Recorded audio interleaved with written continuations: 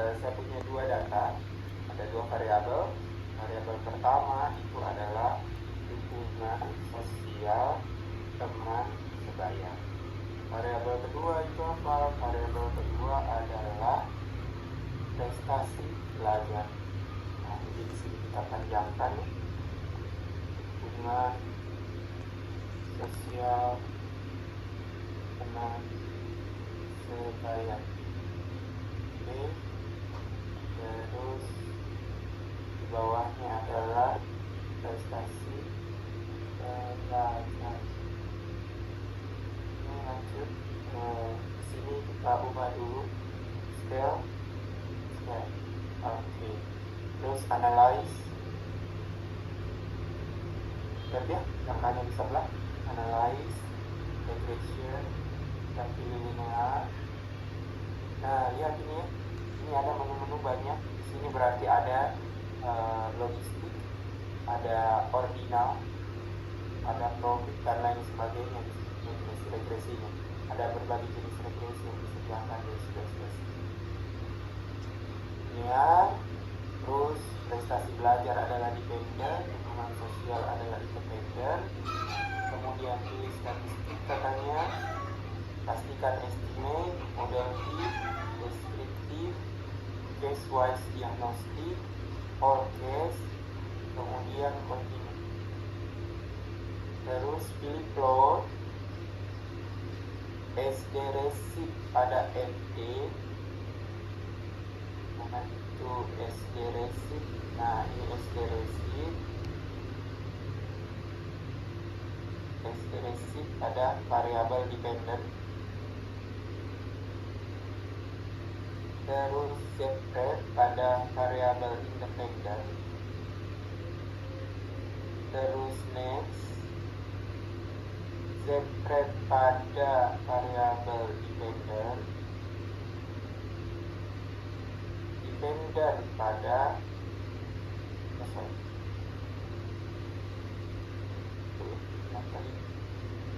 separate pada variabel dependent, berarti ke Y. Kemudian dependent ke variabel dependent.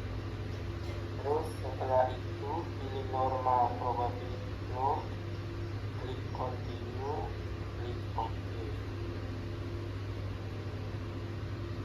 Nah, kita tunggu hasilnya. Nah, ini hasilnya sudah muncul. Sekarang kita ke bagaimana membaca hasil. Yang pertama keluar adalah tabel dari statistik deskriptifnya. Ada mean, ada standar deviasi, ada jumlah subjek. Nah, pastikan jumlah subjeknya sudah tepat ya, sesuai dengan yang kita miliki. Kemudian di yang kedua adalah korelasi. Dari sini kita bisa lihat koefisien korelasinya, dan kemudian 0,018 ini itu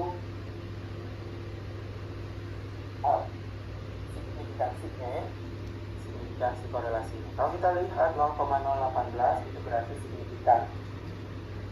Maka kita bisa lanjut ke analisis regresinya karena korelasinya signifikan. Terus lihat itu tandanya. Tandanya minus ya.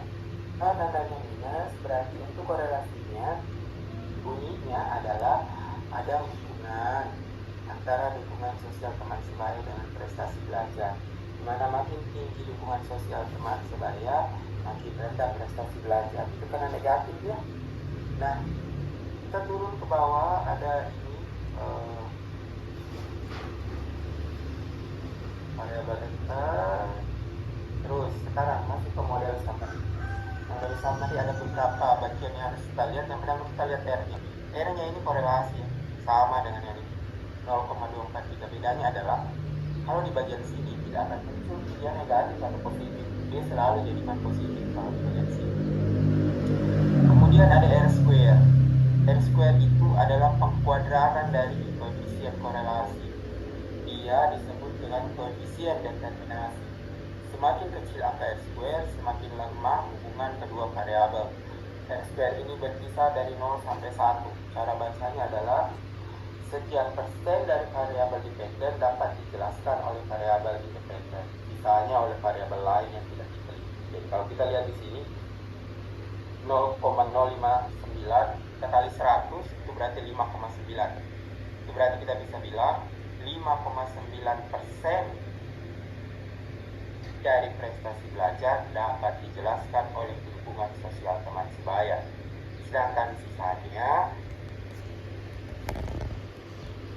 67,1% itu dijelaskan oleh variabel lain yang tidak dilibatkan di dalam penelitian.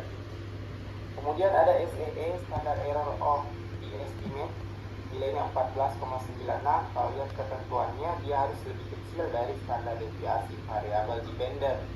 Standar deviasi variabel dependen itu 15,32207. Itu berarti lebih kecil SEE-nya, sehingga model regresi lebih bagus dalam bertindak sebagai prediktor variabel dependen daripada rata-rata dari variabel dependen itu sendiri. Jadi kalau muncul seperti itu, maka kita bisa menduga modelnya bisa untuk memprediksi. Kemudian yang berikut adalah ANOVA. Lihat ini nilai simulasinya.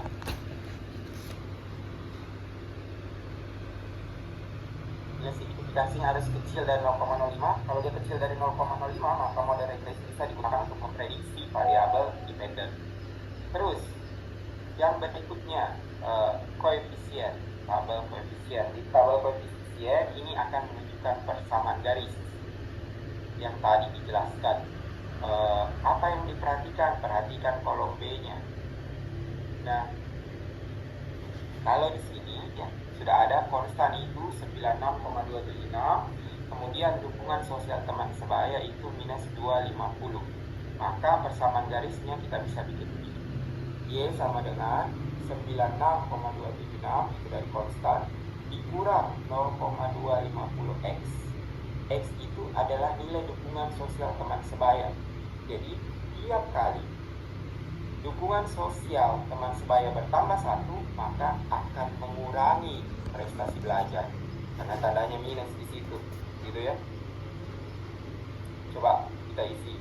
Kalau diisi dengan 1X-nya, maka dia jadinya 0,250 kali 1. Itu berarti Y sama dengan 96,276 dikurang 0,250. Berkurang nilai prestasi belajarnya gara-gara ada dukungan sosial teman sebaya. Kenapa seperti itu? Mungkin saja teman-temannya ada pada main terus, jadi orang tak sempat belajar. Nah, untuk memastikan apakah kolom B ini bisa digunakan selain dari ANOVA tadi, ada juga cara lain, yaitu dengan melihat hasil uji T di sampingnya. Hasil uji T di sampingnya harus ditunjukkan. Bagaimana cara dia signifikan atau tidak? Dia harus dibandingkan dengan 0,025. Kenapa? Karena yang tadinya 0,05 harus dibagi 2. Dan nilai signifikansi yang ada di sini harus lebih kecil dari 0,025. Kalau begitu, kalau kita lihat ini, maka yang lebih kecil itu cuma yang konstan, tidak yang dukungan sosial teman sebaya. Jadi masih ada tanda tanya untuk ini koefisien dukungan sosial teman sebaya. Kenapa tanda tanya? Ingat tadi bahwa korelasinya itu sangat kecil ya. Dia hanya mempengaruhi prestasi belajar cuma 5,9%. Itu kecil banget. Jadi wajar saja kalau koefisiennya pun dipertanyakan karena kecil sekali. Terus ada bagian case wise diagnostik. Di case wise diagnostik ini dia bilang tadi yang perlu diperhatikan adalah residunya. Makin kecil dia residunya, makin bagus. Kalau perlu dia 0 gitu ya. Nah, lihatlah residu ini banyak yang jauh dari 0 ya. Terus yang berikutnya ini residual statistik, ringkasan dari residu yang ada di atas ya, dan kita sudah tanya ini muncullah minnya gitu ya, residunya berapa gitu. Terus ada chart di bawah, yang ini chartnya sebenarnya akan membantu kita untuk melihat apakah data Anda normal atau tidak. Jadi begitu sudah keluar hasil ini, cek dulu ke bawah, turun dulu ke bawah, lihat normal atau tidak. Kalau normal G, kita lanjut membahas yang korelasi. Kalau tidak berarti kita harus mengganti. Nah, kapan dikatakan normal? Ketika titik-titik ini terletak dekat dengan si garis. Nah, kalau ini masih dekat ya, sedikit sekali, yang jauh tidak ada, malah yang jauh sekali. Terus yang berikut scatter plot. Scatter plot pertama menggambarkan hubungan antara nilai yang diprediksi dengan standardized nilai residualnya. Jika model regresi layak dipakai untuk prediksi atau bit, maka data akan berpencar di sekitar angka 0 pada suku Y dan tidak membentuk suatu pola atau tren tertentu. Kita lihat ini nilai Y ya, nolnya. Nah, banyak yang jauh-jauh ya dulu tadi penyebabnya, sehingga modelnya untuk koefisiennya hubungan sosial teman sebaya masih kurang, masih meragukan. Kemudian scatter plot 2 menggambarkan hubungan antara variabel dependen dengan nilai prediksinya. Jika memenuhi syarat, maka sebaran data akan berada mulai dari kiri bawah lurus ke arah kanan atas. Jadi kiri bawah lurus ke kanan atas. Kita lihat belum ya, masih banyak yang tersebar-sebar, belum membentuk lurus ke atas. Nah, seperti itu. Kita lanjut bagaimana dengan kalau DJI